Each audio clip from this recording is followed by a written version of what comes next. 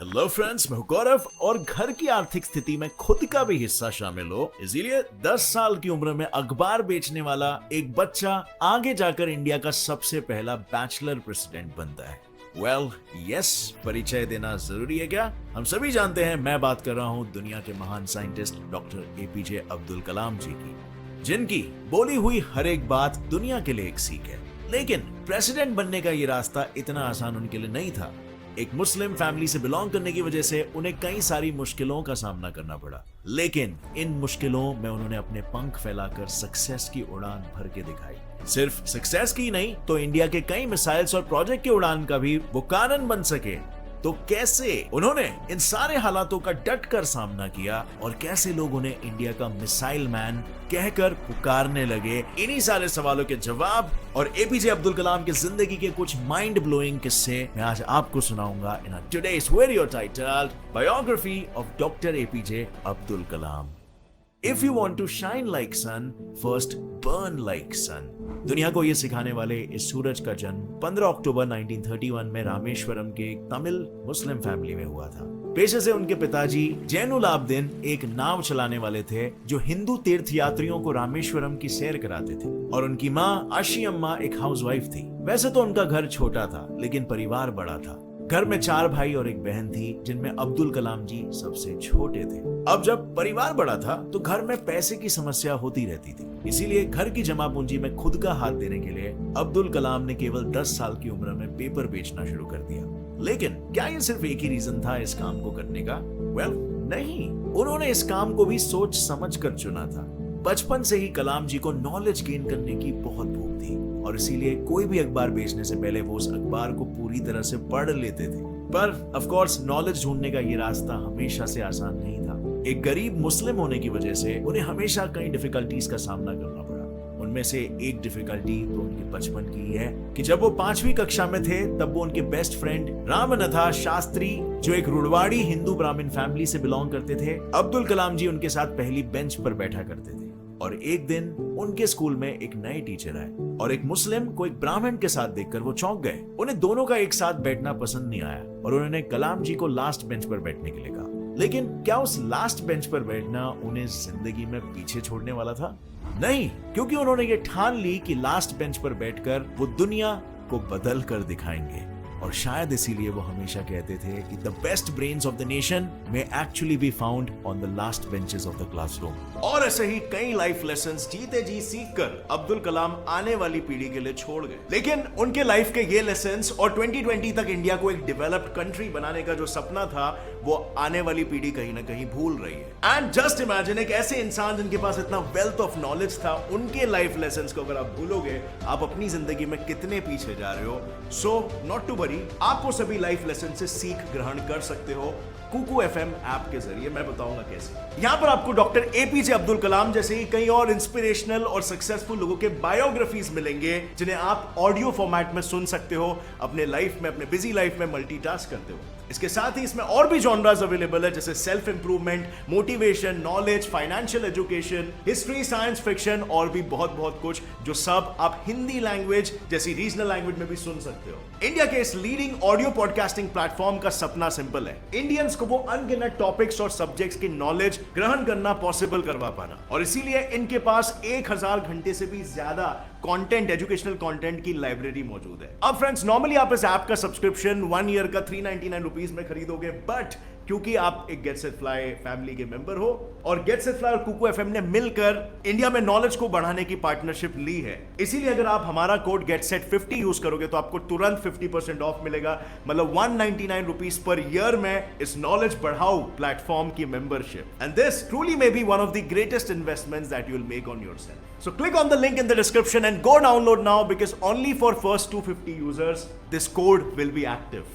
अब friends, specially last bench पे बैठने वाले लोग, मैं आपको बताना चाहता हूं अब्दुल कलाम के लाइफ की एक बहुत ही इंटरेस्टिंग कहानी। क्लास के उसी लास्ट बेंच पर बैठकर उन्होंने अपना एक गोल बनाया था, फाइटर पायलट बनाने का गोल, और ये गोल बना था उनके गुरु की वजह से। एक दिन उनके टीचर मिस्टर शिवा सुब्रमण्यम अय्यर उनकी कक्षा को चिड़िया कैसे उड़ती है वो सिखा रहे थे, लेकिन 25 मिनट तक समझाने के बाद भी किसी के पल्ले कुछ नहीं पड़ रहा था। और इस पर अय्यर जी ने एक सिंपल सा सोल्यूशन निकाला। अगर थियोरेटिकली किसी को ना समझे तो उन्हें प्रैक्टिकली दिखाना पड़ेगा। और बस यही था सोल्यूशन। स्कूल खत्म होने के बाद वो सारे बच्चों को पास ही के एक समुद्र किनारे ले गए और वहां उड़ते हुए पंछियों के लाइव डेमो दिखाकर उन्होंने बच्चों को चिड़ियों की टेल की पोजीशन से लेकर उनके पंखों के शेप तक सब कुछ समझाया। चिड़ियों की वो उड़ान कलाम जी के दिमाग में बैठ गई और उन्होंने तय कर लिया कि बड़े होकर वो फाइटर पायलट बनने जैसा बड़ा गोल हासिल करेंगे, क्योंकि उनका ये कहना था कि small aim is a crime, have a great aim. लेकिन अपना सपना पूरा करने की रेस में वो हार गए। हुआ ये कि अपने सपने को पूरा करने के लिए 1955 में उन्होंने मद्रास इंस्टीट्यूट ऑफ टेक्नोलॉजी में एरोस्पेस इंजीनियरिंग इस फील्ड में एडमिशन लिया। अब इंजीनियरिंग थी तो प्रोजेक्ट तो मिलेगा ही, सो उन्हें भी लो लेवल अटैक एयरक्राफ्ट बनाने का प्रोजेक्ट मिला। लेकिन सबमिशन के दिन जब उन्होंने अपना प्रोजेक्ट सबमिट किया तो प्रोफेसर को उनका ये मॉडल पसंद नहीं आया। उन्होंने कलाम जी को नया मॉडल बनाने के लिए कहा। अब अगर नया प्रोजेक्ट बनाना हो तो कम से कम 1 मंथ तो लगेगा ही। ये सोचकर कलाम जी ने प्रोफेसर से 1 महीने का समय मांगा। लेकिन क्या आज तक किसी की टीचर ने 1 महीने का समय दिया है?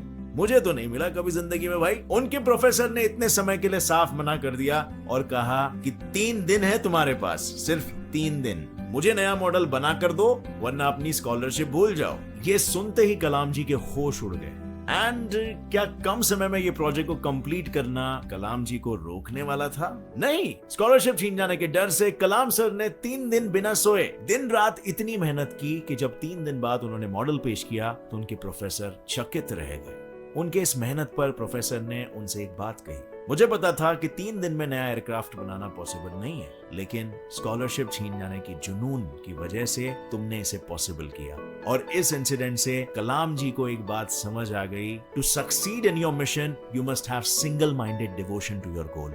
आखिर उनके इंजीनियरिंग खत्म होने के बाद अपना सपना पूरा करने का एक अवसर उन्हें इंटरव्यू के रूप में आया, जो था इंडियन एयरफोर्स ऑफ देहरादून। इसका इंटरव्यू, लेकिन जैसे मैंने पहले कहा उनका ये सपना अधूरा रह गया, क्योंकि इस इंटरव्यू में 25 लोगों में से सिर्फ 8 लोगों को ही चुना गया। और पता है कलाम जी कौन सी पोजीशन पर थे? 9th। सिर्फ एक पोजीशन की वजह से उनका ये सपना ही रह गया। ये इंसिडेंट उनके लिए एक बहुत बड़ी सीख थी। इसीलिए इस इंसिडेंट को कलाम जी ने अपनी my journey transforming dreams into action इस ऑटोबायोग्राफी में लिखा है, जिसकी सीख में वो कहते हैं, it is only when we are faced with failure do we realise that these resources were always there within us. We only need to find them and move on with our lives. चाहे अपनी निजी उड़ान में वो पीछे रह गए हो, लेकिन उनके इस मंत्र की वजह से वो पूरे इंडिया को सक्सेस की उड़ान देने वाले थे। जब उनका इंडियन एयरफोर्स में सिलेक्शन नहीं हो पाया, तब उन्होंने 1958 में defence research and development organisation को ज्वाइन कर लिया। DRDO ज्वाइन करने के कुछ साल बाद ही उन्हें विक्रम साराभाई जी के Indian National Committee for Space Research INCOSPAR में प्रमोट कर दिया गया, जहां पर उनका पहला मिशन था इंडिया के पहले रॉकेट की उड़ान भरना, क्योंकि उनका मानना था the country doesn't deserve anything less than success from us. वैसे तो ये रॉकेट केरला के थुम्बा गांव से लॉन्च होने वाला था, लेकिन शुरुआती स्टेज पर होने के कारण इनकोस्पार के पास ना कोई वर्कशॉप था, ना ही कोई रिसर्च फैसिलिटी। इस पर अब्दुल कलाम जी ने कहा, we should not give up and we should not allow the problem to defeat us. और फिर क्या था, उन्होंने थुम्बा गांव के एक पुराने चर्च को अपना वर्कशॉप बना लिया और उसी चर्च के बिशप के घर को अपना ऑफिस बना लिया। और आखिर में जैसे तैसे करके उन्होंने रॉकेट को पूरी तरह से बना लिया, लेकिन यहाँ पर उनकी मुश्किलें खत्म नहीं हुई। रॉकेट के पार्ट्स को लॉन्च पैड तक लेके जाने के लिए उनके पास कोई साधन नहीं था, तो उन्होंने सारे पार्ट्स बैलगाड़ी और साइकिल की मदद से लॉन्च पैड तक पहुंचाया। इतने मुश्किलों के बाद 21 नवंबर 1963 में इस रॉकेट को लॉन्च करके इंडिया ने स्पेस की तरफ अपना पहला कदम रखा। लेकिन जिस इंसिडेंट से APJ अब्दुल